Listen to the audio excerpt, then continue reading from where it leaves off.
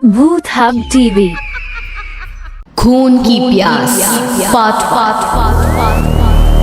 काली अमावस की रात थी और रात के गहरे सन्नाटे को चीरते हुए एक औरत के चीखने की आवाज पूरे जंगल के शांत माहौल को दहशत से भर रही थी। वो औरत इस तरह से चिल्ला रही थी जैसे किसी ने उसके बदन पर खौलता हुआ पानी डाल दिया।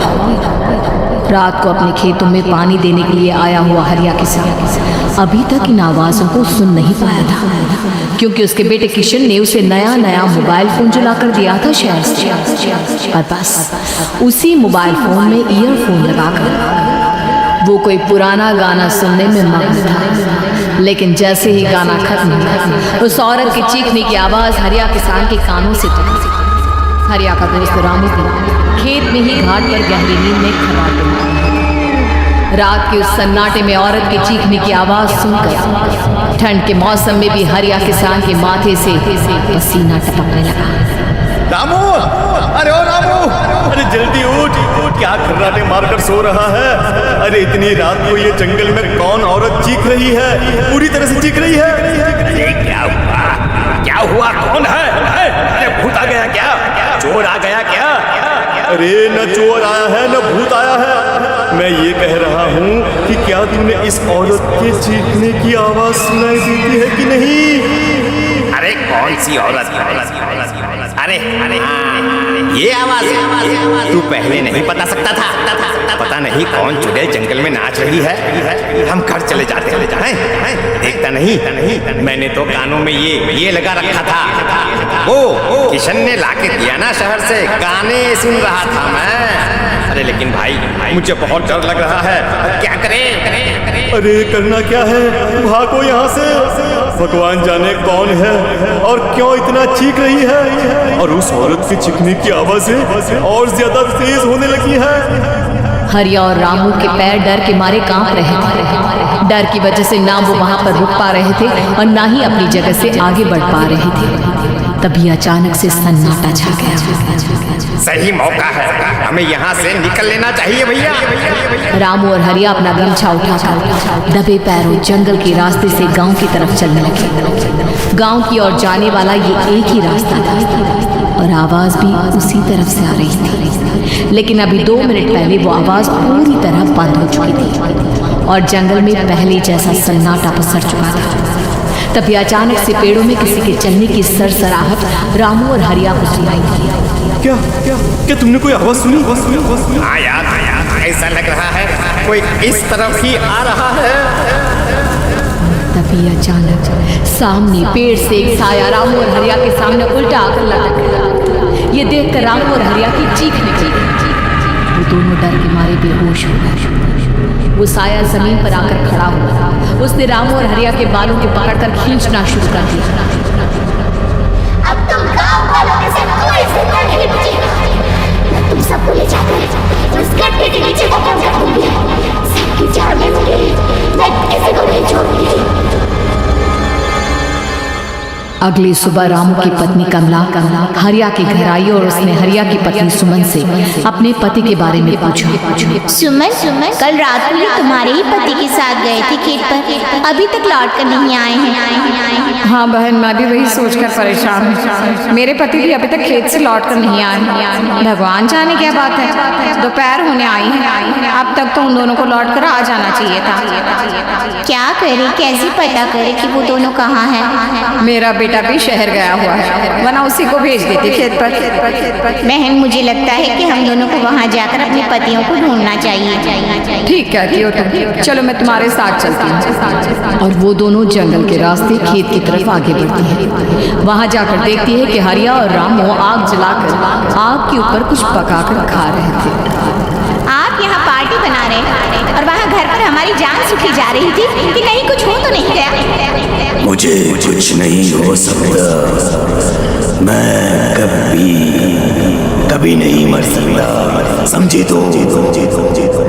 अरे तबीयत तो ठीक है, किस तरह की आवाज में बात कर रहे हैं आप? कुछ हुआ है क्या? कुछ नहीं हुआ, कुछ नहीं हुआ। बस जोरों की भूख लग रही थी, इसलिए खाना बनाकर खा रहे थे। अच्छा, इतनी बदबू आ रही है, ऐसा क्या बनाकर खा रहे हैं? जरा हमें भी तो बताइए। अरे भाभी, क्यों परेशान हो रही हैं? मांस पकाकर खा रहे हैं। एक जंगली जानवर कल रात को खेत में आ गया था, हम दोनों ने उसे मार दिया और बस उसी का मांस पक रहा है।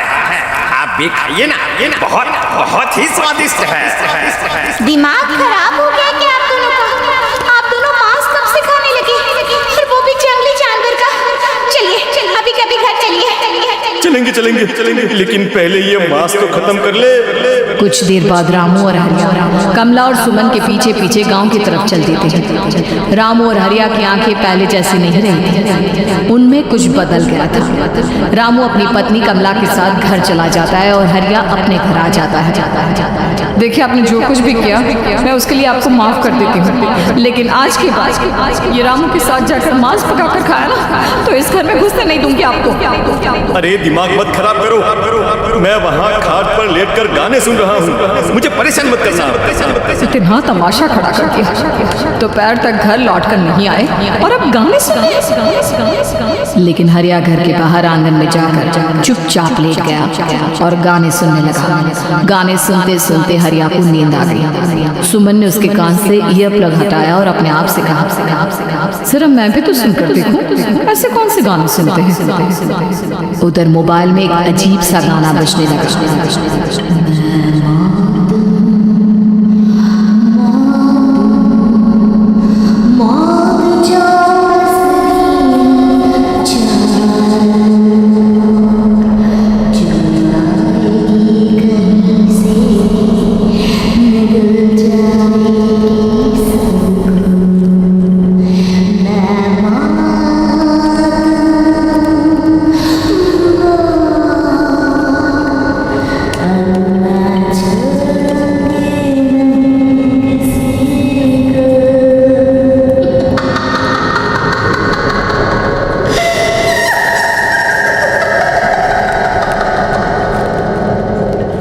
सुमन ने घबराकर मोबाइल फोन दूर रख दिया।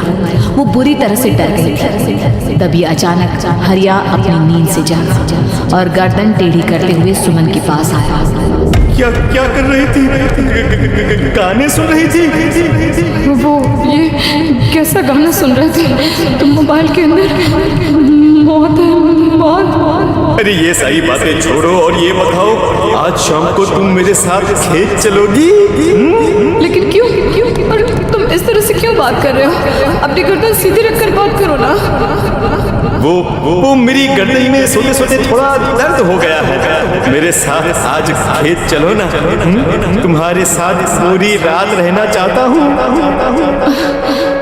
कैसी बात कर रहे हैं दिन दहाड़े? जरा भी शर्म नहीं आती क्या?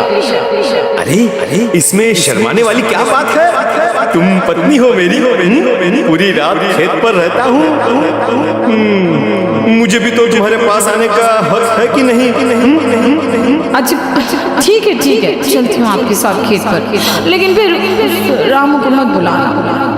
अरे कैसी बातें कर रही हो? अगर तुम मेरे पास होगी तो मैं किसी को नहीं बुलाऊंगा, सिर्फ तुम और मैं और रात का सन्नाटा।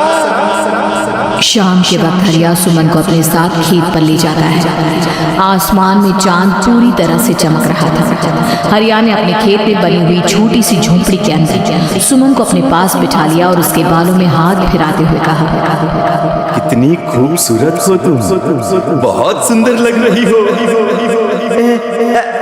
एक चांद से भी ज्यादा सुंदर लग रही हो। ऐसी बातें मत करिए ना, मुझे शर्म आती है। अपनी आंखें खोलकर जरा मेरी तरफ तो देखो। अरे देखो तो सही। सुमन ने शर्माते हुए जैसे ही अपनी आंखें खोली, उसके होश उड़ गए। हरिया के बड़े बड़े दांत निकल आए थे और वो पूरी तरह से एक जानवर की तरह नजर आ रहा था।